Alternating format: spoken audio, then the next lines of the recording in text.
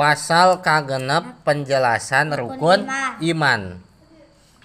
Ari anu dimaksud iman ka Allah nyaeta nekadkeun kalawan tekad anu pasti yen saestuna Gusti Allah eta Allah teh hiji anu aya. Disebut iman ka Allah teh nekadkeun nu kahijina bahwa Allah teh aya. 2. Nekadkeun Allah teh anu teu aya mimitina. Tah ieu teh nu kahiji heula. Nu kahiji nekadkeun yen Allah aya. Tah aya teh sifat wujud teh ya.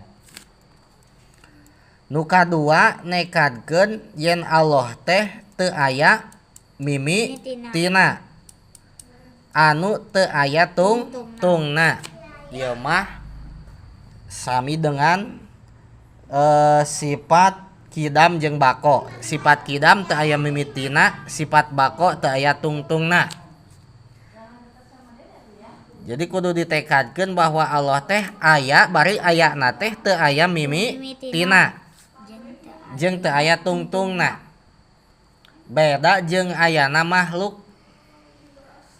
Ari ayana makhluk mah naon? Aya mimitina. Seperti ayana paja aya mimitina. Ari paja aya?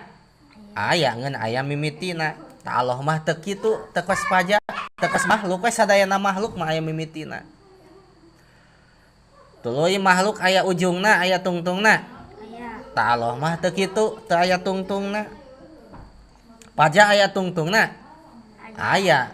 Masing ayeuna oge aya tungtung paja mah. Tah Allah mah teu kitu.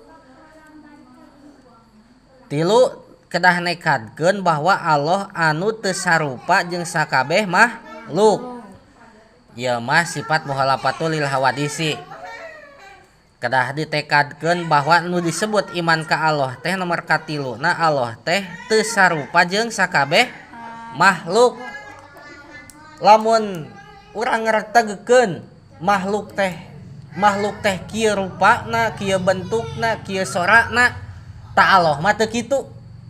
Bahkan lamun urang ngareteg kieu meureun Allah teh rupana teh bentukna teh tah sanes kitu Allah mah.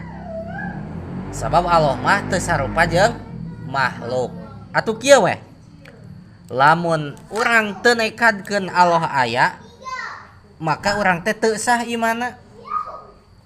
Eueuh Allah teh teu sah iman urang teh.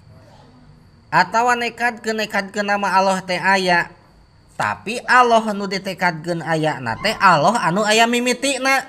Sami teu sah iman nu kitu teh. Aya mimitina Allah teh misalna teh tahun sekian mimiti aya na teh. Tah jalmi nu kitu teh teu sah imanna.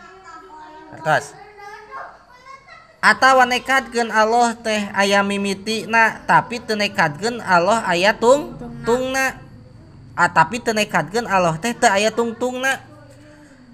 Berarti nekadkeun Allah teh aya tungtungna. Sami jalmi nu nekadkeun Allah aya tungtungna oge teu sah imanna. Atawa nekadkeun ayana Allah tapi Allahna teh sarupa jeung makhluk nu ditekadkeun teh sami eta oge teu sah imanna. Allah teh aya sukuan, aya leungeunnan, aya beungetan misalkeun ditekadkeun kitu. Sami jelema nu nekadkeun kitu teh teu sah naonana imanna. 4. Kedah nekadkeun naon? Allah teh anu teu butuh kana tempat jeung kanu ngayakeun. Kedah nekadkeun lamun hayang disebut iman ka Allah bari sah imana tekadkeun bahwa Allah teh teu butuh kana tempat jeung teu butuh kanu ngayakeun. Nah benten jeung makhluk mah selalu butuh kana tempat. Lamun eueuh tempat mah hese di mana cicingna makhluk. Paja butuh tempat. Lamun teu aya tempat di mana cicing paja? Hese. Tah Allah mah teu butuh tempat. Tuluy Allah teh teu butuh kanu ngayakeun da Allah anu ngayakeun sakabeh makhluk.